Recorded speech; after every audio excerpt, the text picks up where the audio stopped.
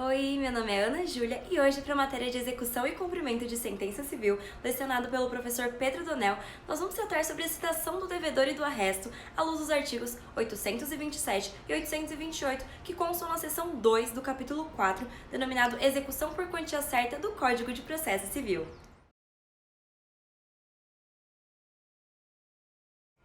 O caput do artigo 827 trata sobre a fixação dos honorários que será realizada pelo juiz no processo de execução. Assim, ele diz que cabe ao juiz competente fixar de plano os honorários advocatícios em 10% que serão pagos pelo executado. Então, também é muito importante a gente apontar essa inovação que o CPC de 2015 trouxe em relação ao CPC de 73.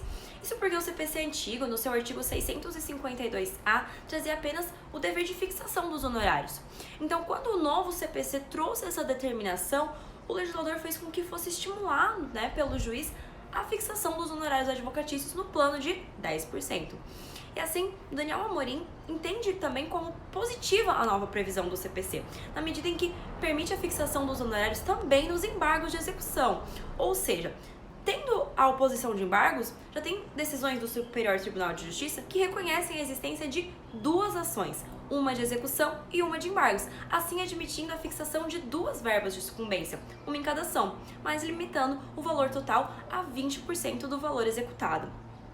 E ainda, esse dispositivo demonstra a diferença em relação ao título executivo judicial, Uma vez que no título executivo judicial, quando a gente inicia o cumprimento de sentença, o executado já é intimado para pagar em 15 dias, sob pena, de incidência tanto de multa quanto de honorários em 10%. E aqui, na execução autônoma, da obrigação de pagar quantia no título executivo extrajudicial, o rito é diferente, Como eu comentei agora, nesse caso, o juiz, sem qualquer prazo, quando receber a inicial, já vai fixar de plano os honorários advocatícios em 10%.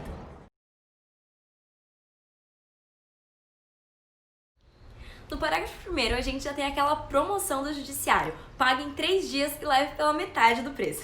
Isso porque esse parágrafo prevê que caso o executado efetue o pagamento integral da quantia devida no prazo de até 3 dias, o valor dos honorários advocatícios será reduzido pela metade. Então esse dispositivo é um belo exemplo de uma sanção premial e tem muita importância na celeridade processual, porque o legislador, ao tomar essa medida, ele fez com que fosse estimulado o pagamento da obrigação em um curto período.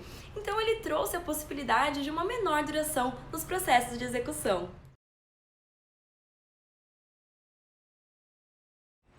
O parágrafo 2º trata da hipótese de não haver pagamento.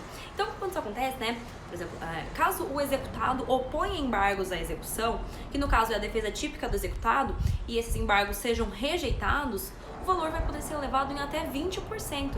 E essa majoração pode ser feita no final do procedimento, durante o processo de execução. Além disso, esse parágrafo é muito importante porque o juiz traz essa majoração considerando o trabalho realizado pelo advogado do exequente, até porque quem deu causa à demanda foi o executado inadimplente.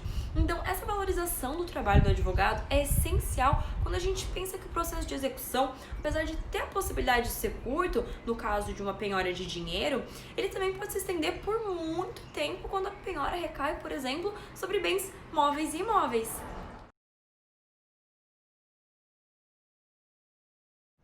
O caput do artigo 828 traz que o exequente pode pedir uma certidão comprobatória de ajuizamento da execução, que nela vai ter a identificação das partes e do valor da causa.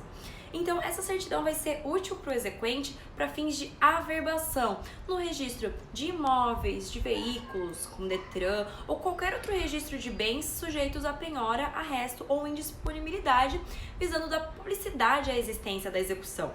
E com isso, vai ficar mais difícil a venda desses bens do executado para um terceiro, até porque essa venda seria considerada ineficaz e o exequente ia poder buscar esses bens onde ele quisesse, mesmo que tivesse em posse de terceiro. Então, o objetivo da averbação é dar ciência a terceiros e ao próprio executado de que existe uma ação executiva em trâmite que pode gerar uma fraude à execução, na hipótese de alienação ou oneração do bem, que eu vou explicar um pouquinho mais sobre isso daqui a pouco. O parágrafo 1º do 828 trata do prazo que o exequente tem para informar o juiz das averbações efetivadas. Então esse parágrafo é muito importante porque ele traz a possibilidade do juiz controlar um eventual ato abusivo praticado pelo exequente. Assim, cabe ao exequente comunicar em juízo a realização da averbação no prazo de 10 dias da sua concretização. Mas é importante lembrar que não tem uma consequência prevista em lei no caso do exequente não realizar essa comunicação. Então a gente pode concluir que a averbação, com a consequente fraude à execução, não vai ser afetada diante do descumprimento dessa exigência legal, ainda que existe uma forte corrente doutrinária que defenda a perda de eficácia da averbação, cessando a presunção de fraude à execução.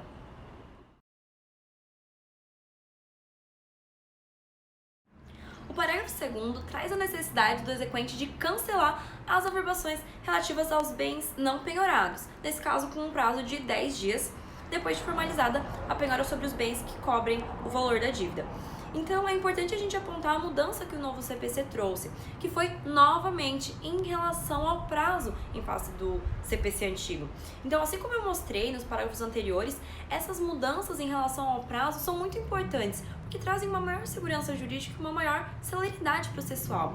Então, por fim, o legal desse parágrafo é que o exequente, ao cancelar as averbações relativas aos bens não penhorados, ele permite que o executado tenha, de maneira justa, o direito de dispor dos seus bens tranquilamente.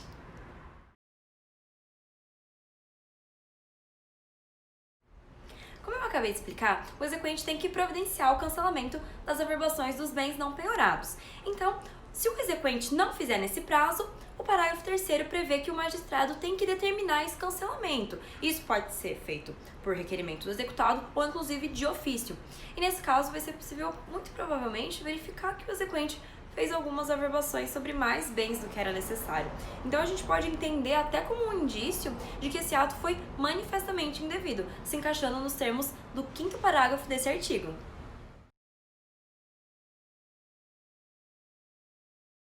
O 4º parágrafo, e talvez o mais importante desse artigo, presume em fraude à execução a alienação ou oneração de bens efetuada após a averbação. Então, como eu expliquei anteriormente, o objetivo da averbação é dar ciência a terceiros e ao executado de que existe uma execução em trâmite. E aí esse parágrafo fala justamente que pode configurar fraude à execução se tiver, então, uma alienação ou oneração do bem. E é importante a gente interpretar esse parágrafo com o artigo 792, inciso 2º do CPC, que traz que a alienação ou oneração do bem é considerada fraude à execução quando tiver sido averbada no registro de bem a pendência do processo de execução na forma do artigo 828. Além disso, é muito importante a gente ressaltar a mudança que houve entre códigos. Então, assim, lá no CPC de 73, se entendia que a averbação de execução gerava duas presunções, tá? A presunção absoluta de ciência sobre a existência da ação e presunção relativa de fraude à execução, porque demonstrando o executado ter bens restantes em seu patrimônio aptos a fazer o direito do exequente, não teria se verificado o eventus damini, e com isso não teria ocorrido qualquer espécie de fraude na alienação ou oneração do bem, que seria objeto da averbação, né? Já no novo CPC, a redação desse parágrafo continua a sugerir interpretação quando se menciona expressamente que o ato vai ser presumido em fraude à execução. Mas não é nesse sentido que traz o artigo 792, inciso 2º, que eu acabei de citar. Isso porque ele não traz que depende do eventus damini para se configurar. Então não parece certo falar nesse caso de presunção de fraude, mas sim de fraude propriamente dita.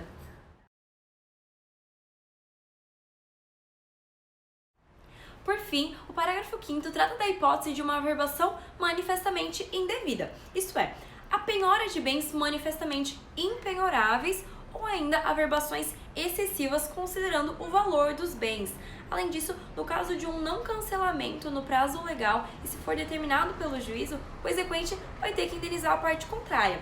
Mas essa sanção só deve ser aplicada quando estiver configurada a culpa do exequente na abusividade da averbação. Então é isso, gente. Muito obrigada, professor, e a todos os colegas que assistiram.